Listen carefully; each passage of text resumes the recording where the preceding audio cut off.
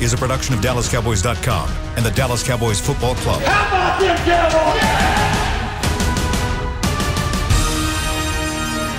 This is Mick Shots, streaming live on DallasCowboys.com and the official Dallas Cowboys app. Now, here are Bill Jones, Everson Walls, and Mickey Spagnola.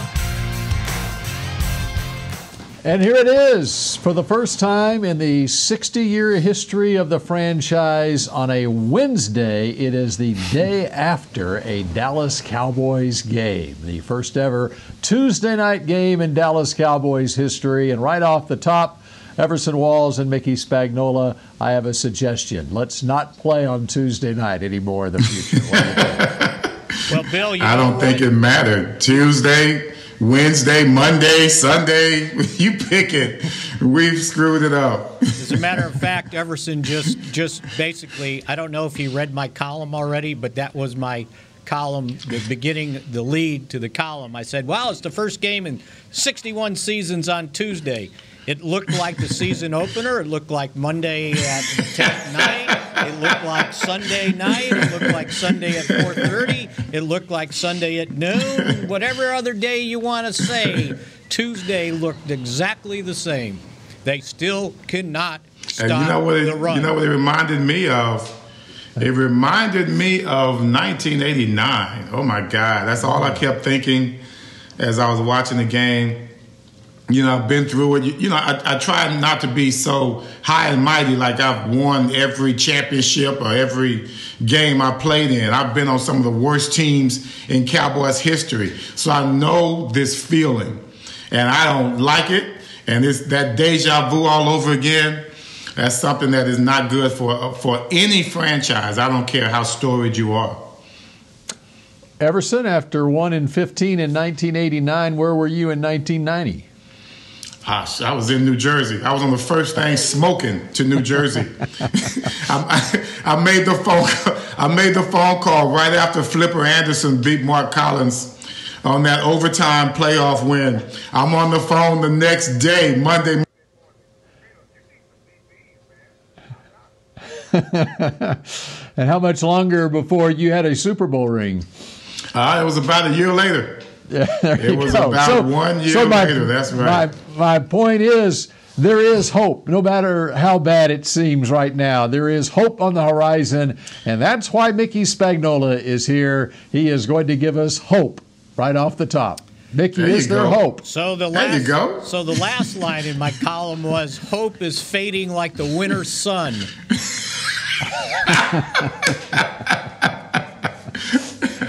So the winter sun in New Jersey. The winter sun in New Jersey. It fades fast, maybe. And that, once again, Bill, you're talking individual hope. Okay, I, as an individual, had hope after that. The Cowboys team still didn't make the playoffs that following year. It took them a couple of years to make the playoffs. So yes, from a team standpoint, hope springs eternal, but it's going to take them a couple of years if you're going to go by your example. But wait a second, Mickey, it was a 17-10 game at the end of the first half, and the Cowboys were going to the end zone on a Hail Mary. That Hail Mary was not answered. What happened to this team in the second half? They decided that they were going to run the ball and run the ball and run the ball. Here's what happened in the second half. And it was a byproduct of the first half. And what did I tell you? The more field goals you kick, you're closer to losing, and especially when you don't make them. Hey, don't get mad, Spag. That was your pick-to-click guy. You know, that's a personal thing, it sounds like to me. No, I don't like that he missed them either. But I think that you're really pouring it on a bit extra because that was your pick-to-click guy. Don't get mad at him because he didn't live up to your expectations. It's okay. Leighton Vander Esch, by the way, and he didn't live up to my expectations. Wow. And Bill, by the way, you're right. By the way, you know, you mentioned the Hail Mary in the end zone. How about the interference call that they blew at the 34-yard line? Yeah. How do you miss that? Oh my God. How do you miss that? Now, it might have ended up in another field goal, but I don't know how that would have turned out. But, the Hail Mary would have been a shorter throw. Hey, as far as I'm concerned, any blown call in a crucial situation, it just changes everything. All the variables are changed. It could mean nothing, or it could mean that the Cowboys take that spark and go on and win the game. We've seen it happen too many times where that timely call can be the breath that you need to finish your task.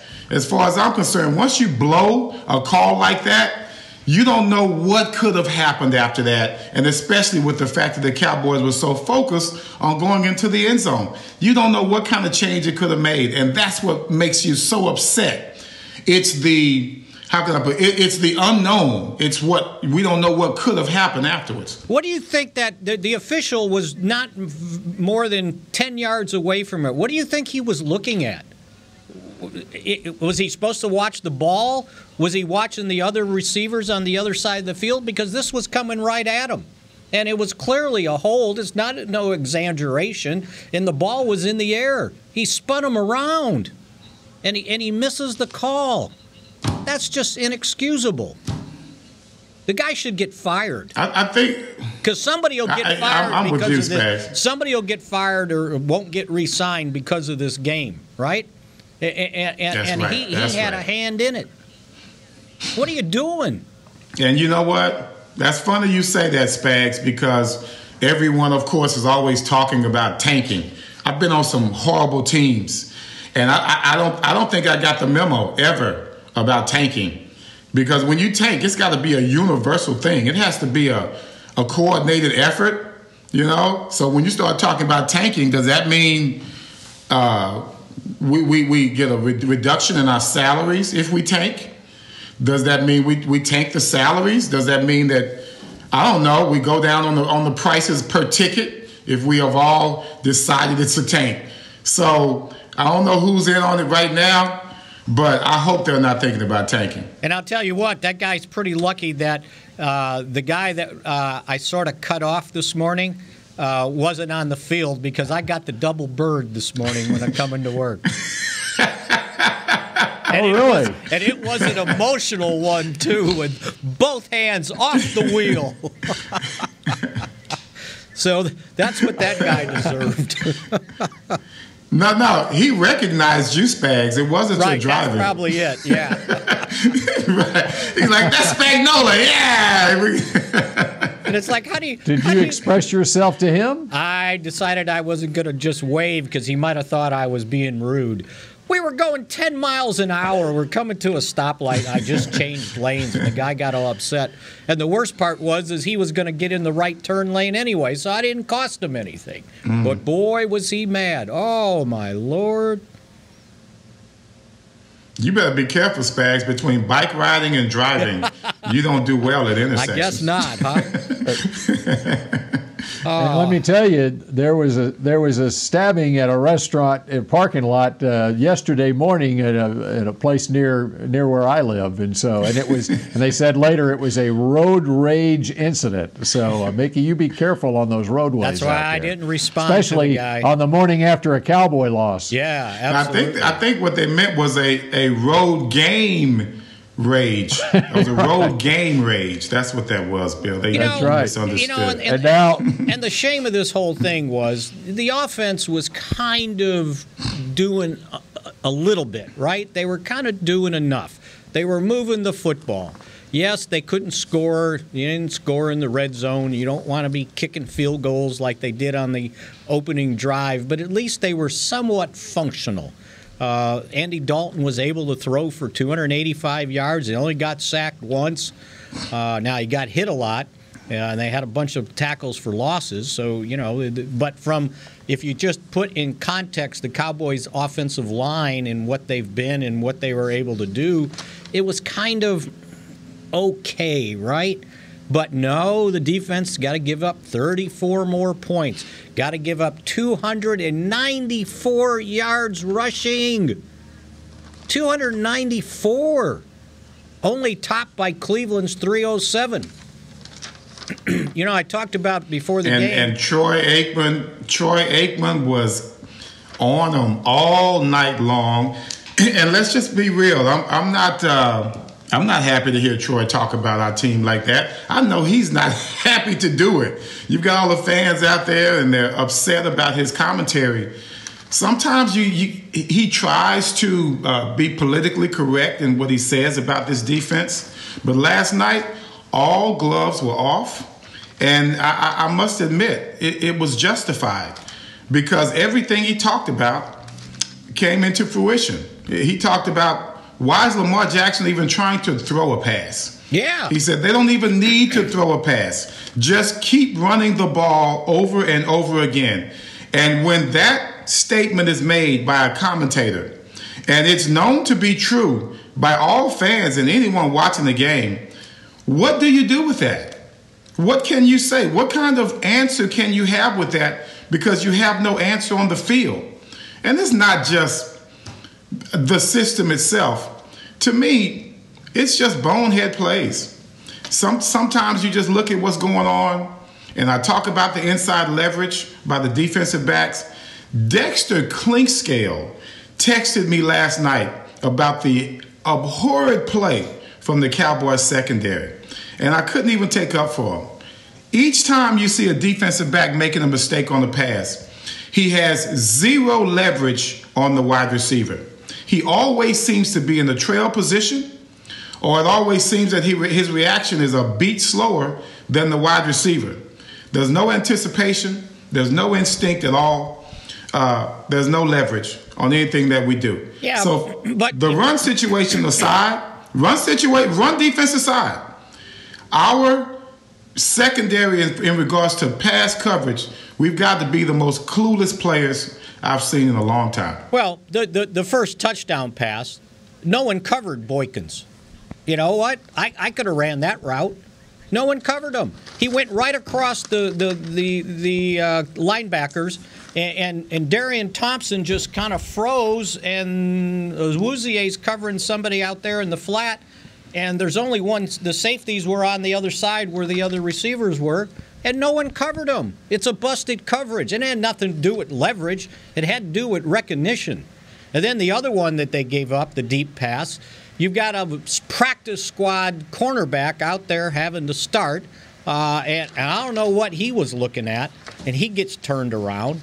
Gosh. And then the interference call, I don't know what Xavier Woods was thinking about, but he only completed 12 passes. You got beat by a quarterback who completed 12 passes.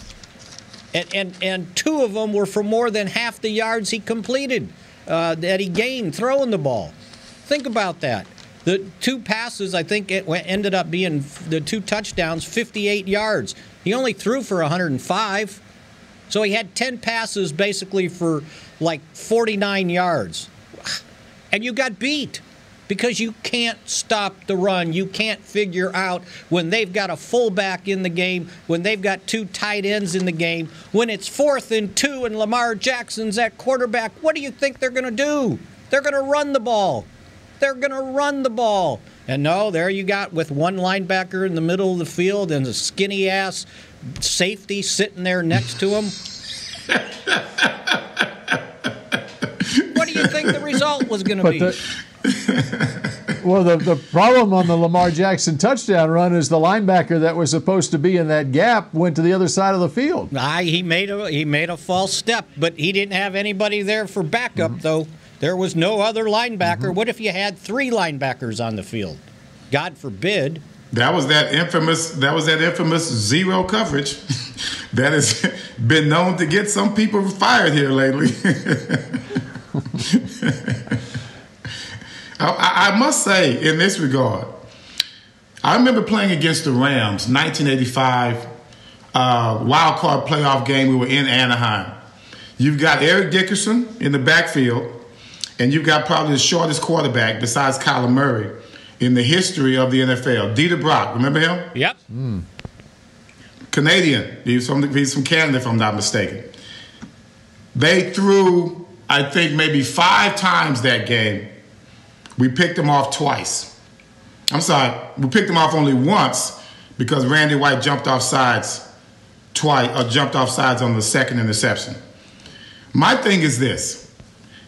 They're going to do what they're going to do. Eric Dickerson ran for, 200. By himself, he outran what we just gave up last night. By himself, he ran that on us, on our Doomsday defense, 1985. But when they rose up to pass, we did what we had to do. He was totally inept as a passer. And I guess that's my pet peeve. As a cornerback, I can't do much about the running plays. But when you've got an inept passer in that backfield, at that quarterback position, you cannot let him extend any plays in regards to your position in the secondary. In other words, you can't give up a touchdown pass to a quarterback who is laboring right now in regards to his proper passing technique. So, yes, you don't stop the run. But there are times when we did put ourselves in a good position to stop him, forced him into a 3rd and long and into a pass, and either he scrambled for a first down or he was able to find someone wide open because of a blown coverage. My thing as a defensive back, you do what you must do in regards to your position. I picked off Dieter Brock twice that day, but only one counted because of the offsides. But my point is, you can't have anyone wide open in the secondary after you finally got them in a position to where you want them. And that goes to a position of leverage. That goes to a position of being bonehead. That goes to a position of not knowing what you're doing and not having instincts at all in the secondary. So you can't compound your problems with ineptitude. That's my point, Spags. I get it. We can't stop the run. But damn, you've got a guy back here passing for touchdowns who is having the worst passing of his career, even worse than his rookie year. To me, that's the point that needs to be made as well. Well, here's the other point. He never got touched. No sacks, no quarterback hits. That's it. He was free. And this is a guy that hadn't. And there were times guys were wide open. He should have hit them. Oh my God, he was should have hit them. If there were grasshoppers out there, he was killing grasshoppers on the field. It reminded me of my freshman. It could have been more. It could have been more. Some guys were wide open. He just missed them. It reminded me of my freshman year at Missouri when I got there, and everybody was talking about what a great football program this was. And our block for our dorm floor was like the first row in the end zone. We couldn't see anything, but all we could see, because it was the opener, were grasshoppers all the way, right? And the Missouri quarterbacks, he was throwing so many incompletions, the grasshoppers were jumping up off the ground because they were going to get killed by passes. That's what he reminded me of. How many times do you throw the ball in the ground and yet you win the game 34-17? Just amazing. 7 on 7. That's what it looked like. It looked like 7 on 7. He was standing back there so long. Do you realize they had of their yardage, and it was I believe it was 401 if I remember correctly, total yards. Yep. 206 of it came on 7 plays. 7 plays accounted for 206 yards, and only 2 of them were pass plays. The rest of them were runs. So how do you expect to win a game when you're giving up yardage like that on big plays? And you're not getting any. You're just kind of going dink, dink, dink, dink, but moving downfield until you couldn't do it enough you had to kick field goals. But 7 plays, you divide 206 by 7, that's almost 30 yards a play. I'm at a loss of how you can play defense that bad. That's what Troy said. You know what? And I'm also not buying the excuse that they didn't have any energy or they weren't trying. No, they were trying. It just wasn't working. They weren't good enough. Nope. And by the way, that Rams playoff loss back in the 1985 season, Brock Huard had a total of 50 yards passing, or Dieter Brock. I'm sorry. No, it was Dieter Brock. Okay. Yeah, it was Dieter Brock. Dieter Brock had 50 yards passing in that game, and Eric Dickerson ran for 249 yards on 34 carries. Yep. And the Baltimore Ravens ran for more yards than Eric Dickerson and the Rams did in that forgettable playoff game in 1985. All right, we're just getting started here on Mix Shots, and we're back with more in a moment.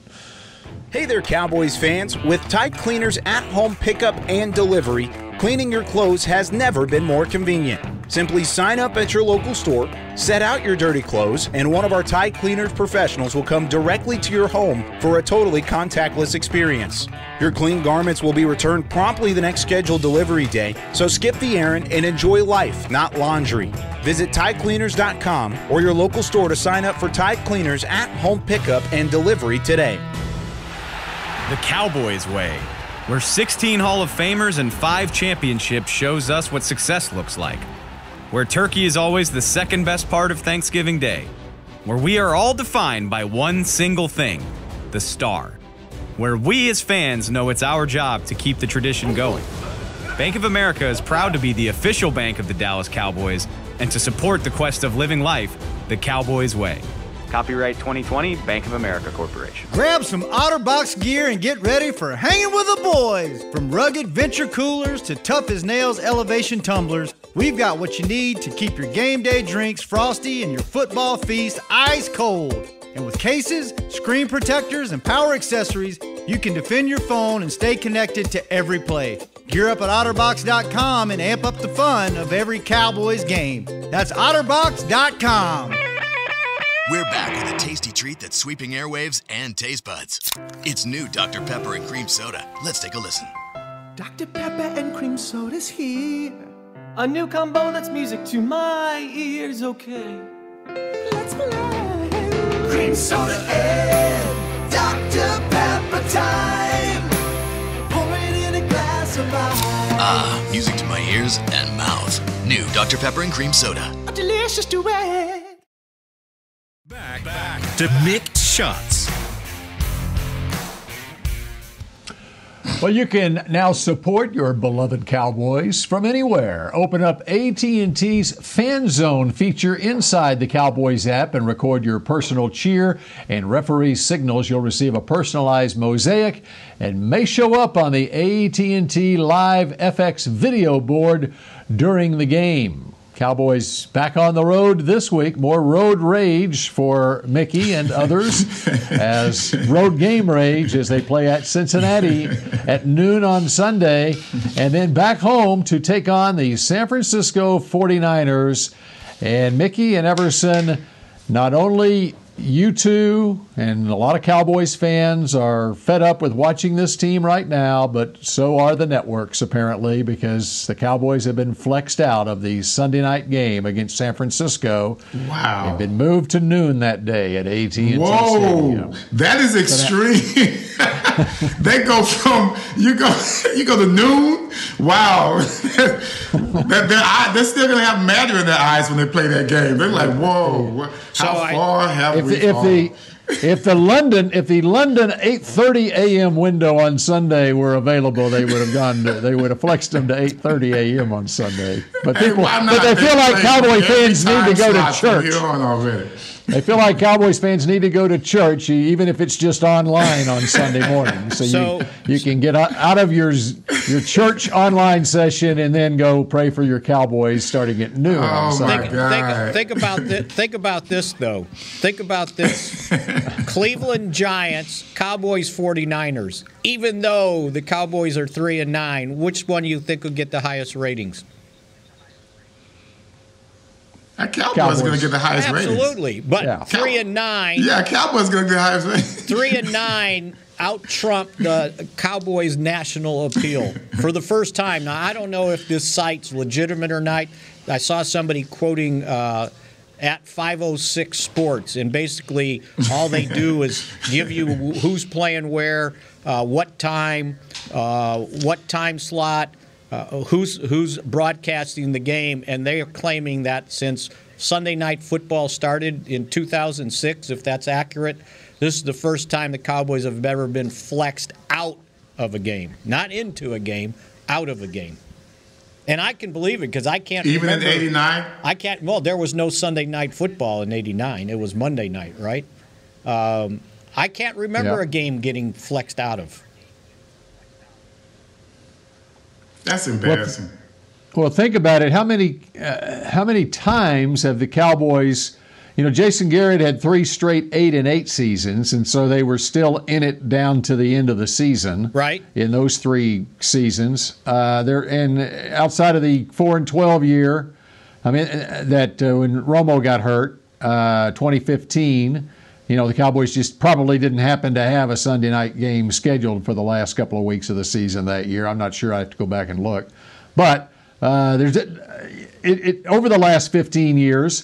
The Cowboys have pretty much been in it all the time, you know? Yeah. I mean, it's really just 2015 where they got the 4th pick in the draft and picked Zeke the next year. And then where they were and then down 2010, at the bottom. right? And then 2010 when what did they finish? 6-10. But even then they finished 5-3. 6-10. Yeah, they were finished 5-3. Yeah, they finished the season 5-3. Yeah. And Jason had taken over at midseason that year, so. Anyway, that's where we are right now. It's all because of COVID. Oh, okay. Sorry. I'm glad you said something before I opened up my mouth and spoke truth. I'm sorry. Right now, guys, you can call this season, oh my goodness, we had a virus running through here from the beginning of the season. I mean, virus of injuries, of course, the pandemic itself. And I'm just so disappointed that we didn't handle it a bit better. I know we've got so many issues, and people talk about how many losses they had in personnel. The Cowboys have had just as many or more, and I think the quality of losses that we've had to deal with, especially from our offensive line, is something that just really needs to be considered. And not to mention you got an all-pro Pro Bowl quarterback that went down in a horrific injury. Troy spoke last night about how offensively, I think we're still ranked number 9th in the NFL. I can tell you. Is that true? They are still number 9th and number 9 in the passing game.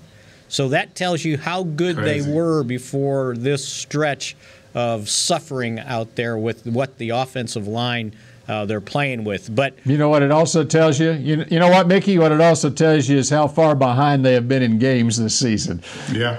When the passing offense is putting up that kind of numbers, that means that you've been trailing a lot of games by about 3 touchdowns for a lot of those games, meaning you fall behind early in the season, obviously, the first half of games, and then, you can't win very many games throwing 50 passes a game, and then Dolphins threw another 48 last night. 48. The difference in that, though, Bill, from what I saw was because I remember they made a statement about garbage yards by Dak, and I guess I took offense to that because to me, garbage yards is when you never close the gap as far as the score is concerned. Yeah, that's true. Any game that we were behind, whether it's Falcons, Browns. Any of those games, Dak brought us back in it. We were in it. At times, he brought us back into the lead. And so to me, when not you necessarily, but when I've heard commentators say about garbage yards, to me, garbage yards, those are not garbage yards. Those are necessary yards that brought us back into these ball games that were out of reach initially. And we'll look up in the 3rd quarter, or maybe even the 4th, and go, man, we're back in this. So that happened many times. Last night was garbage yards. Yes, last night they weren't getting back. Yards. They weren't getting back in the game. We know garbage yards. Those that Dak was putting up, those were not garbage yards. And you know what's so bad? I think, and it's scared to say, if Dak was still playing, would our defense still be this horrible? I mean, would they continue to be this inept? They were that inept when he was playing. That's what I mean. Would they continue? You're right, Spags. Would they continue to be inept, even if he was still up, still doing this thing and still throwing for, let's say it went from 400 yards, I think high 400s 5. What if he brought it down to every game he had to throw for 3+ and 4?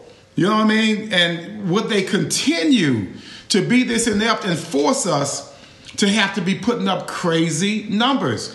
That's something that I actually wish I could realize and could see, because right now, we've got an excuse. The defense has an excuse. Oh, well, Dak's down. We've got so many people hurt. I would have wondered what kind of excuse would they use if Dak was still playing and we kept on losing and he kept putting up the numbers and bringing us back in the games. And they kept on being that defense. They kept on being like the Seahawks are now. I guess the Seahawks really are the only team that's continued to be inept versus the past. Nothing's going to change. Nothing's going to change. Gus Edwards running the ball 7 times for 101 yards. Lamar Jackson 13 times for 94 yards. J.K. Dobbins 11 times for 71 yards. They were all worried about, Ingram, he's coming back off COVID. He only gained 28 yards. These other characters had all the rest. And just because you get a batted pass. I don't think. Just because you get a batted pass, I just don't think we've ever had the next play's got to be a touchdown. Once again, that's very true. How true? I love how Mickey says these other characters. You got 2 Heisman Trophy winners in that group, and J.K. Dobbins, who played at Ohio State. Gus Edwards. Edwards. But okay. Now Gus is the other character. It's not just that they ran for it. Troy spoke last night about how it was. Sometimes you can tell that fan comes out in him. That ex-Cowboy comes out. Because he was like, you could just see him throwing his hands up. The Cowboys know that they have to run, and they're still gashing the defense with the running plays. When he said that, that's coming from a former player or a fan. He said, this is ridiculous. The Cowboys are still giving up big chunks of yardage when you know that all they're going to do is run the ball, and you have stacked the line. The other thing that upsets me is, do we not have a third linebacker or what? Do we not have a third linebacker? What is wrong with our third linebacker? Sean Lee got to play 17 plays. That might be a season high. He had 18, I think, the last game too. Okay. So that's the rotation. But your point is well taken, because how many times this season, outside of a goal line situation, which may not have even happened then, have Leighton Vander Esch, Jalen Smith, and Sean Lee been on the field at the same time? It hadn't happened much, if ever. I don't know that it has. And they're running the ball, guys. They are running the ball. They're like Troy was saying. They're not trying to fool anybody. You know what they're going to come out and do. Why? I'm sorry, I forgot the other linebacker's name. Was it Joe Smith? What was the guy's name? 48. For who? It was the linebacker for us. Number 48. Joe Thomas? Oh, Joe Thomas. Thank you. Yeah. Thank you, everyone. Joe Thomas is out there. I saw him on the kickoff return. They don't play him anymore. He was decent when he played. He can't be doing any worse than what we're doing right now. Mm-hmm. And I just thought that when they came out with the tight ends, and even if they did come out wide, they still ran the ball. And Lamar Jackson this year is not passing the ball well enough to say, you know what, guys, we better put an extra defensive back in there. No, he hasn't warranted that kind of respect as far as the passing yards are concerned. The only way he got him was, as Spack said, blown coverages. So I think we should have been in there playing heavy run, because we knew that's what they would come at us with. I don't know why we keep playing with the nickel and the dime. I don't understand it. I'm with you. What do you think, Mickey? I've been saying Why is it happening? I've been saying it for weeks. I don't understand it either. All right, we mull that over through another break, and we come back with another segment of Mick Shots. What will Mickey come out us with next when we come back in just a moment? And I've got one. We're back with a tasty treat that's sweeping airwaves and taste buds. It's new Dr. Pepper and Cream Soda. Let's take a listen. Dr. Pepper and Cream Soda's here. A new combo that's music to my ears, okay. Let's play. Cream Soda and Dr. Pepper time. Pour it in a glass of ice. Ah, music to my ears and mouth. New Dr. Pepper and Cream Soda. Delicious. let's just do it. Dear, it's 1908. Don't you think we should get electricity? And stop using candles to see at night. It's just electricity lights up the room fast. It's more reliable than candles blowing out, and people seem to love it nationwide. Well, candles are... Dear, did you just run into the wall? Nope. May I have a new candle, please? Historically, switching to new technology is a no-brainer. Today, it's AT&T 5G. Fast, reliable, secure, and nationwide. Switch to AT&T 5G. It's not complicated. 5G requires compatible plan. May not be in your area. See att.com/5G for you for details. I'm Jay Novacek, former tight end for the Dallas Cowboys. Back in the day, I was the guy who always got the tough yards, and that's why I run with John Deere today. In fact, I have a John Deere 3025E tractor that can handle any yard work I need to do, even the tough yards way out back. So if you have 1 acre or 1,000, John Deere has the equipment that's just right for you. Visit a John Deere dealer today and run with us. We are the official tractor provider of your Dallas Cowboys. There's nothing as unique as our eyes, which is why Essilor pioneers ways to make lenses as unique as you. Verilux for super sharp vision, Essential Blue for protection, and Crizal for freedom from glare. 3 cutting-edge solutions in a single unique lens. So whatever your needs, insist on Essilor. Visit your local Essilor experts and find the perfect lens for you. See more, do more, Essilor. Back to Mick Shots.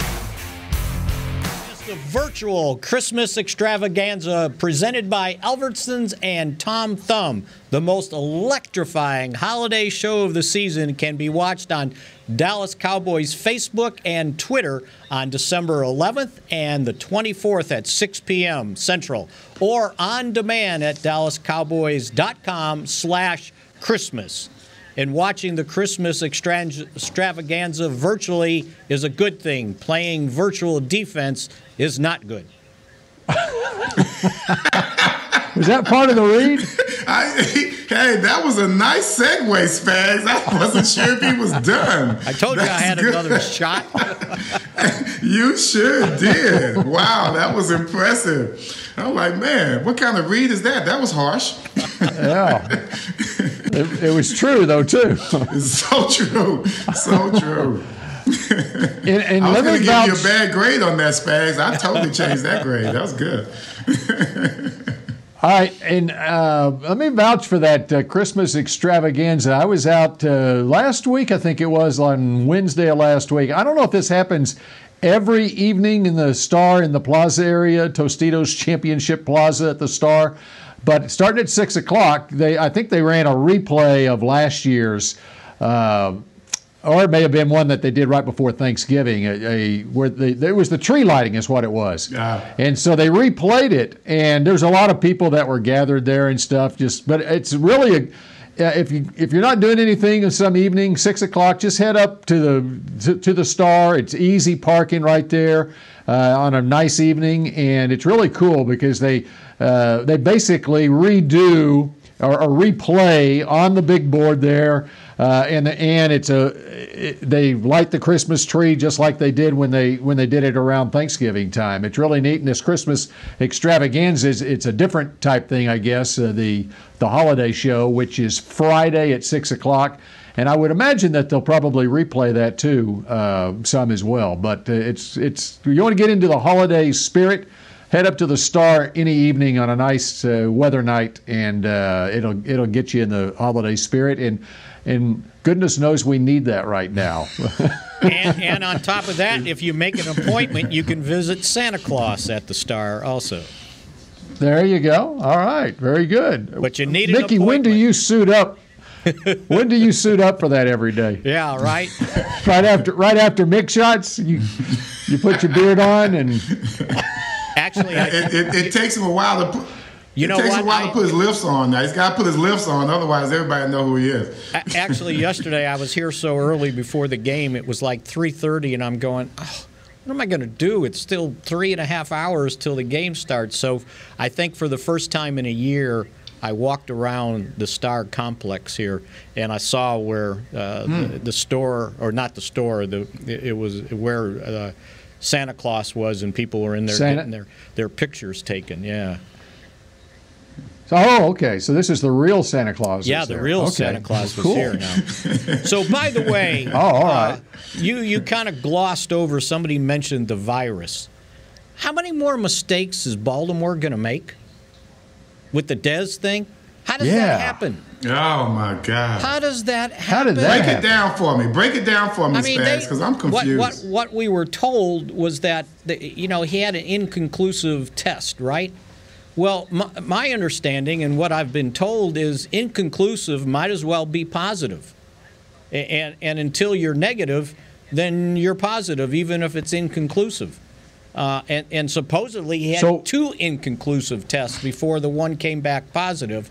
I guess they finally did one point of contact testing instead of waiting for a couple hours for the test to come back. But that's just amazing to me. That's what they did a half hour before kickoff. Yeah. Just amazing that could take place. No wonder they've had problems. And the reason why the Cowboys were playing on a Tuesday night and then have to play Sunday after getting home at 3:30 and probably no one getting to their houses till 4. Today's a wash. You can't do anything. So you get to practice Thursday, Friday, maybe do something Saturday, because Friday's normally a day they don't do much. And then you got to go travel again while they get to play on Monday night. Go figure. I don't know. It's kind of scary because you just play against a team that has had these unusual outbreaks. So you kind of wonder, as we test going towards the next game, you kind of got your fingers crossed, hoping that things turn out okay, right? Well, it seems like that would be a concern. Yeah, and it's a short week. So my understanding, and Stephen was explaining it today when he did his radio segment, that when they go on the road like that, the players all have to do contact tracing. They've got their little device with them, and so I guess after the game, all that was checked, and he said that no one basically violated the protocol of being around Dez for a lengthy period of time. From the contact tracing, and also the fact that it was outdoors, so that kind of helped the situation. And we'll see when their tests come back from today, what if anything took place. But they thought they were pretty clear of any problems from that. But yeah, we're yet to see. And you didn't want to interview. And how Dez was that for that to happen? Golly. Did anyone interview him afterwards, or no? You didn't have to. All you had to do is follow his Twitter feed. Go to Twitter, poor kid. And it's like, gosh, just get rid of Twitter, please. Please do yourself a favor. At that point, he said he quit. He basically just threw his hands up and said he quit. But then he changed. That's the last I heard. Then he changed his mind, and I'm coming back to play.